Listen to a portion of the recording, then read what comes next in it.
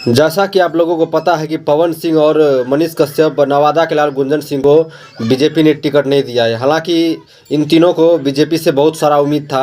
आप लोगों को पता ही होगा कि पवन सिंह को आसनसोल से टिकट दिया गया था, हालांकि पवन सिंह ने टिकट को लौटा दिया गया है। सुनने में ये आ रहा है कि पवन सिंह यूपी के बलिया से लड़ेंगे, जहां पवन सिंह का ससुराल है, वहीं से चुनाव लड़ेंगे पवन सिंह। और सुनने में ये भी आ रहा है कि बलिया से जब पवन सिंह चुनाव लड़ेंगे तो आरजेडी से लड़ेंगे। जी हाँ, आप सही सुन रहे हैं। तेजस्वी यादव ने शायद फैसला लिया है कि पवन सिंह को बलिया से जब चुनाव लड़वाएगी तो आरजेडी से ही लड़वाएगी। हालांकि पवन सिंह जब आसनसोल का टिकट लौटाया था तो कहीं ना कहीं उम्मीद, पवन सिंह का भरोसा था कि हम आड़ा से चुनाव लड़े।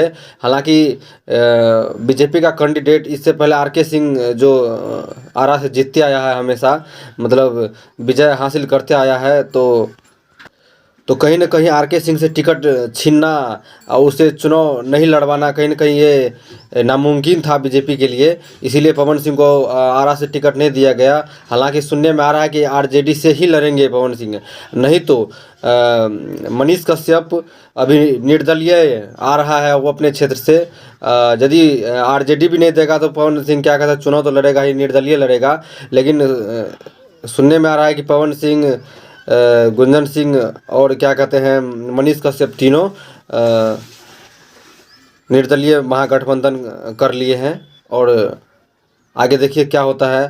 तब तक हमारे चैनल को सब्सक्राइब करें, और जैसे ही कोई अपडेट आता है तो हम लोग ज़रूर आप लोगों को बताने का कष्ट करेंगे। धन्यवाद।